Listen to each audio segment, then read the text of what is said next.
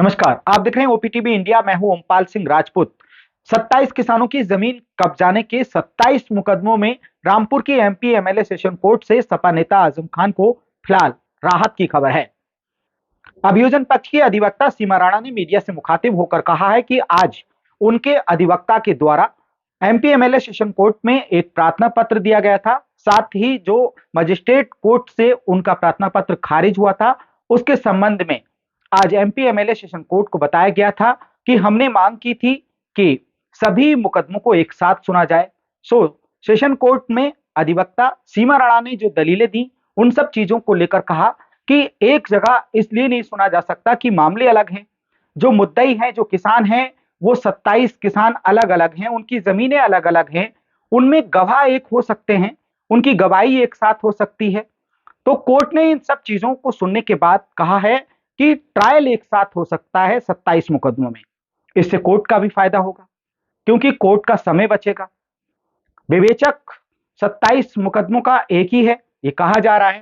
साथ ही जो गवाह हैं लगभग एक ही हैं।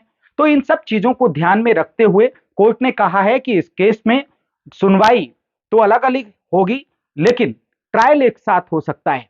अब ट्रायल में आजम खान को एक बड़ा फायदा यह है कि जिन चीजों में ज्यादा समय लगता, अब जब ट्रायल एक साथ होगा तो उसमें उनको बड़ा फायदा यह है कि ज्यादा कोर्ट का लंबा समय नहीं खींचेगा और इधर कोर्ट को भी फायदा है कि कम समय में फैसला सुनाने का मौका मिलेगा।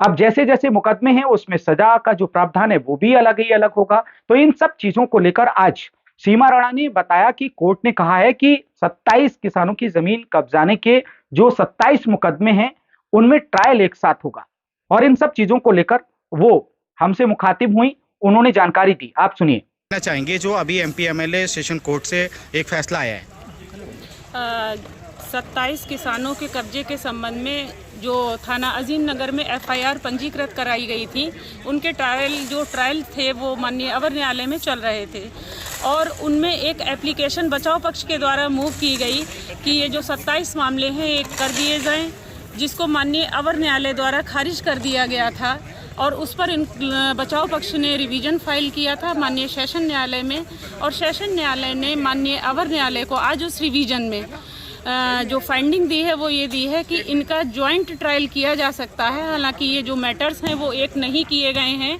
लेकिन इनका ट्रायल साथ में चलाया जा सकता है और इनका जो ट्रायल है वो एक साथ करने की फाइंडिंग आई है उस रिवीजन में।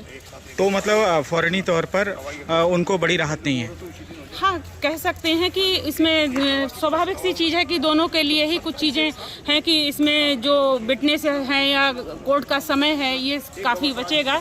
हालांकि जो मैटर्स हैं वो 27 ही रहेंगे, 27 मामले हैं, 27 में ही जजमेंट भी आएंगे, लेकिन ट्रायल बस साथ में होगा, उनमें जो गवाहियाँ हैं वो साथ साथ की जाएंगी। ठीक, उसमें सजा जो होगी वो भी अलग अलग होगी? नहीं, साथ, हाँ, सजाएं भी अलग अलग होंगी। जब जजमेंट अलग होंगे तो सजाएं भी बस एक ट्रायल हो सकता है। ट्रायल उनका एक संयुक्त रूप से 27 का साथ में किया जाएगा, जिससे कि जो गवाह वगैरह हैं वो आएं और उनका ट्रायल में एविडेंस हो और इससे कोर्ट की भी और सभी लोगों के समय की बचत हो। तो ये थी सीमा राणा, अभियोजन पक्ष की अधिवक्ता, जिन्होंने मीडिया से मुखातिब होकर ये जानकारी दी है।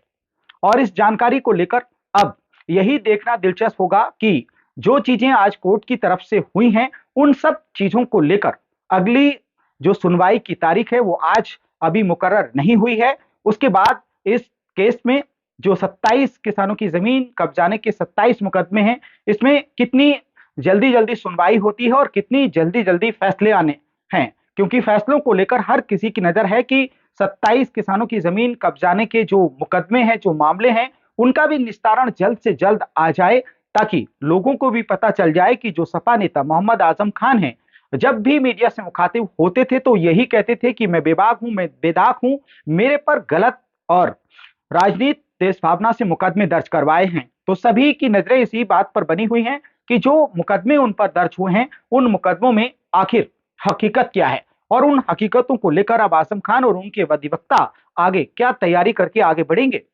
ओपीटीवी इंडिया पर खबरों का सिलसिला लगातार जारी है। अगर अभी तक आपने हमारे चैनल को सब्सक्राइब नहीं किया है तो आप अभी कर लीजिए और हाँ, क्या है हमारी खबरों को लेकर आपकी राय कमेंट्स बॉक्स में लिखना कभी ना भूलें।